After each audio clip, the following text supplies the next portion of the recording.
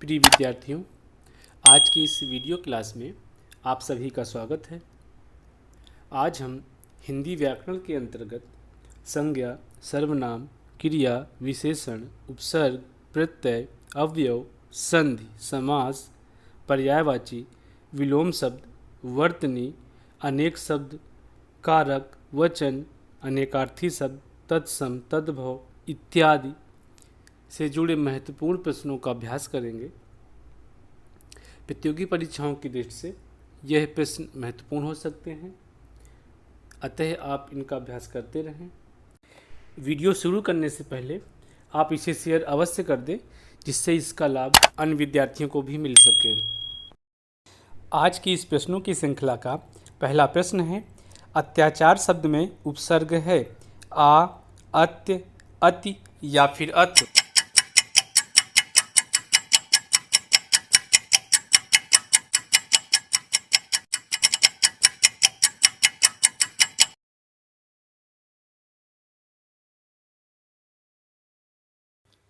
चौराहा में कौन सा समास है?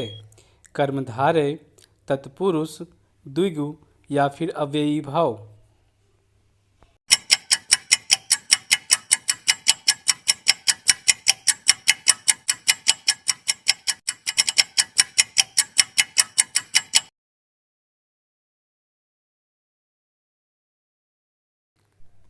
पुस्तक कौन सा शब्द है? तद्भव, तत्सम, देशज या फिर विदेशज।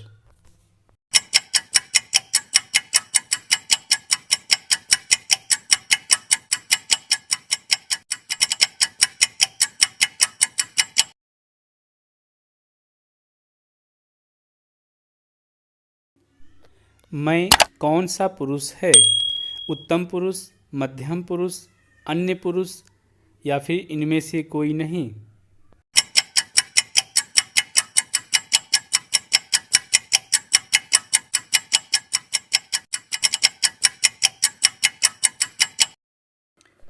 आपका सही जवाब होगा उत्तम पुरुष। उत्तम पुरुष के अंतर्गत मैं के अतिरिक्त हम भी आता है, जबकि मध्यम पुरुष में तू, तुम, आप आते हैं और अन्य पुरुष में वह, वे, यह, ये आते हैं। यह पेपर के दृष्टिकोण से महत्वपूर्ण प्रश्न है। कोई भी एक सर्वनाम देकर के आपसे पूछा जा सकता है, दिया गया सर्वनाम कौन सा पुरुष है? उत्तम पुरुष, मध्यम पुरुष या फिर अन्य पुरुष। अतः आप इनको बहुत ही अच्छे से कंठस्थ कर लीजिए। उत्तम पुरुष मैं और हम, मध्यम पुरुष तू, तुम, आप, जबकि अन्य पुरुष के अंतर्गत वह, वे, यह, ये आते हैं। दोपहर में कौन सा समास है? तत्पुरुष समास, कर्मधारय समास, बहुव्रीहि समास या फिर द्विगु समास।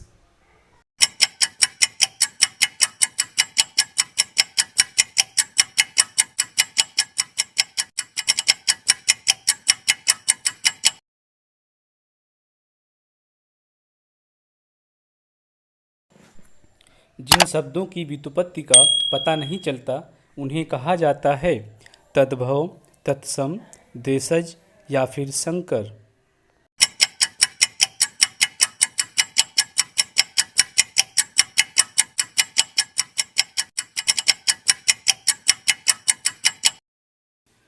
इसका सही उत्तर होगा देशज। देशज शब्द अपने ही देश में बोलचाल से बने हैं, इसलिए उन्हें देशज कहा जाता है। तिमिर शब्द का विलोम क्या है? आलोक, किरण, अंधकार या फिर रंगहीन।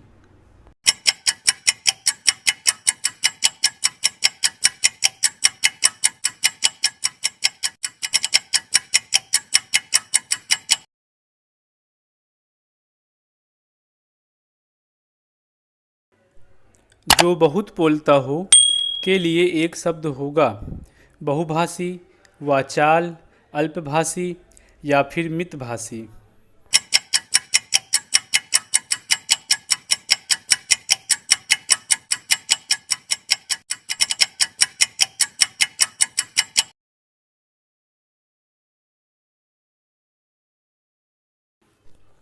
निम्नलिखित में से अशुद्ध वर्तनी का शब्द है वाल्मीकि, कुमुदिनी, आशीर्वाद या फिर विरहिणी।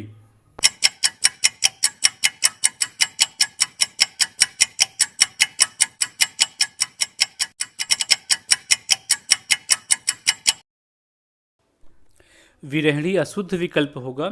इसका शुद्ध रूप होगा विरहिणी, अर्थात हा में छोटी की मात्रा का प्रयोग होगा। शेष तीनों विकल्प सही लिखे हुए हैं। निम्नलिखित में से शुद्ध वाक्य का चयन कीजिए। निरपराधी को दंड नहीं देना चाहिए। इस समय मेरी आयु 30 वर्षों की है। तुम गाय का शुद्ध दूध लेकर आओ। या फिर आपकी सौभाग्यवती कन्या का विवाह होने जा रहा है।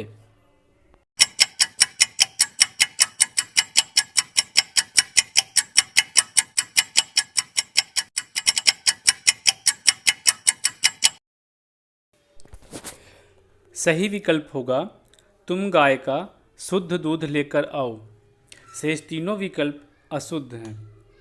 पहला विकल्प निरपराधी को दंड नहीं देना चाहिए में निरपराधी शब्द अशुद्ध है। इसका शुद्ध रूप होता है निरपराध। अतः वाक्य में निरपराध को दंड नहीं देना चाहिए शुद्ध प्रयोग होगा। दूसरा विकल्प है इस समय मेरी आयु 30 वर्षों की है, जो कि अशुद्ध रूप है। इसका शुद्ध रूप होगा इस समय मेरी अवस्था 30 वर्ष की है, अर्थात आयु के स्थान पर अवस्था का प्रयोग उपयुक्त होगा। चौथे विकल्प में सौभाग्यवती के स्थान पर आयुष्मती का प्रयोग होना चाहिए। सौभाग्यवती का प्रयोग विवाहोपरांत किया जाता है, अतः यह विकल्प अशुद्ध है। तीसरे विकल्प में यदि वाक्य दिया होता तुम शुद्ध गाय का दूध लेकर आओ, तो यह विकल्प भी अशुद्ध हो जाता। ऐसे प्रश्नों के पूछे जाने की संभावना प्रबल होती है। कई बार यह पूछ लिया जाता है गाय को काटकर गाजर खिलाओ, तो यह वाक्य अशुद्ध होगा। गाय को काटकर गाजर को नहीं खिलाना है, जबकि इसका शुद्ध वाक्य होगा गाजर को काटकर गाय को खिलाओ। इसी प्रकार प्रश्न पूछ लिया जाता है यहाँ पर गर्म गाय का दूध मिलता है, यह भी अशुद्ध प्रयोग होगा। इसका शुद्ध प्रयोग होगा यहाँ पर गाय का गर्म दूध मिलता है। जो व्याकरण अच्छी तरह जानता है के लिए एक शब्द है व्याकरणक, व्याकरणी, वैयाकरण या फिर व्याकरणिक।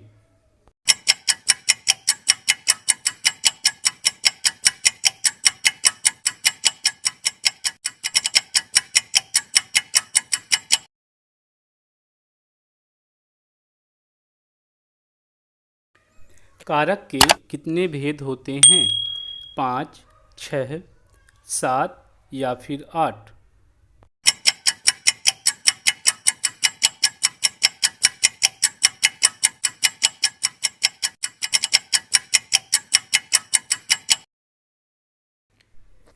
संज्ञा या सर्वनाम के जिस रूप से वाक्य के अन्य शब्दों के साथ उसके संबंध का बोध होता है उसे कारक कहते हैं।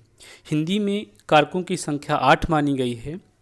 कर्ता, कर्म, करण, संप्रदान, अपादान, संबंध, अधिकरण तथा संबोधन।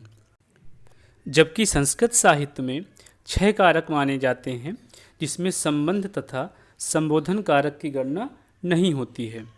आचार्य किशोरी दास वाजपेयी के मतानुसार हिंदी में कारकों की संख्या 6 है। सभी कारकों का अपना अपना चिन्ह होता है जो पेपर में पूछा जाता है।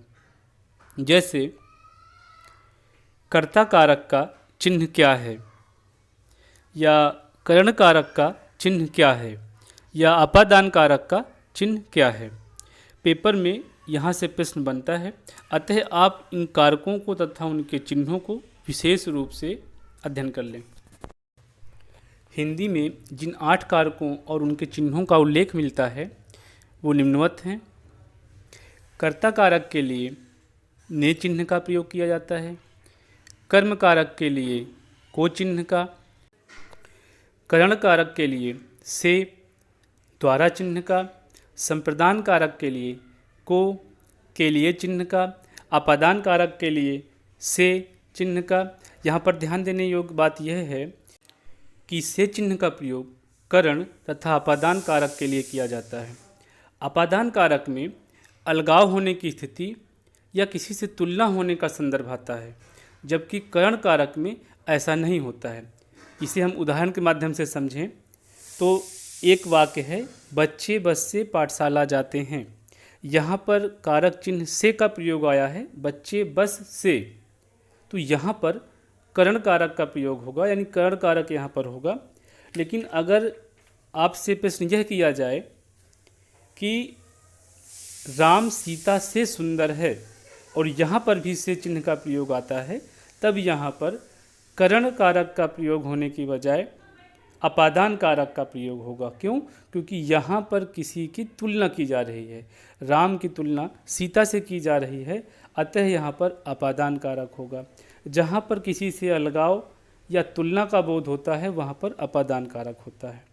जैसे गंगा हिमालय से निकलती है, यहाँ पर भी से कारक चिन्ह का प्रयोग आया है, यहाँ पर भी अपादान कारक होगा, क्योंकि एक वस्तु का दूसरी वस्तु से अलग होना यहाँ पर दर्शा रहा है। गंगा का हिमालय से अलग होना यहाँ पर दर्शा रहा है, गंगा हिमालय से निकलती है, अतः यहाँ पर अपादान कारक होगा। बच्चे बस से स्कूल जाते हैं या बच्चे बस से पाठशाला जाते हैं, यहाँ पर अलगाव या किसी की तुलना का बोध नहीं हो रहा है, लेकिन से कारक चिन्ह का प्रयोग हुआ है, अतः यहाँ पर करण कारक चिन्ह होगा। संबंध कारक के लिए का, की, के, रा, री, रे। अधिकरण कारक के लिए में, पर और संबोधन के लिए हे, ओ, अरे चिन्ह का प्रयोग किया जाता है। इन कारकों और उनके चिन्हों को हम किसी ट्रिक या सूत्र के द्वारा भी आसानी से सहजता से याद कर सकते हैं। जैसे कर्ता ने अधिकर्म को करण चिन्ह से जान, संप्रदान को के लिए अपादान से मान। यहाँ पर कर्ता से लेकर के अपादान तक के कारक और उनके चिन्हों का उल्लेख मिलता है। कर्ता ने अधिकर्म को करण चिन्ह से जान, संप्रदान को के लिए अपादान से मान।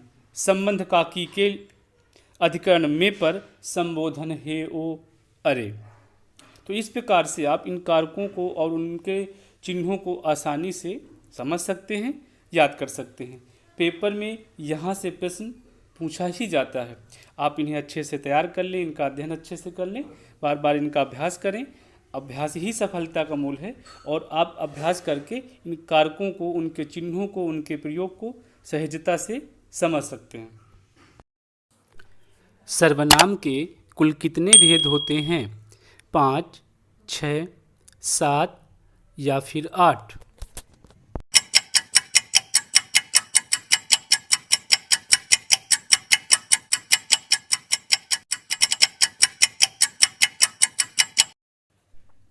वे शब्द जिनका प्रयोग संज्ञा के स्थान पर होता है उन्हें सर्वनाम कहते हैं। सर्वनाम के कुल 6 भेद होते हैं: पुरुषवाचक, निजवाचक, निश्चयवाचक, अनिश्चयवाचक, संबंधवाचक और प्रश्नवाचक। हिंदी में कुल 11 सर्वनाम हैं जो निम्नवत हैं: मैं, तू, आप, यह, वह, जो, सो, कोई, कुछ, कौन, क्या। इन्हीं प्रश्नों के साथ आज की यह वीडियो समाप्त होती है। जल्द ही किसी अन्य वीडियो के माध्यम से आपसे फिर जुड़ेंगे। तब तक आप स्वस्थ रहिए, मस्त रहिए, व्यस्त रहिए और अपने माता पिता और बड़ों का सम्मान करते रहिए। धन्यवाद।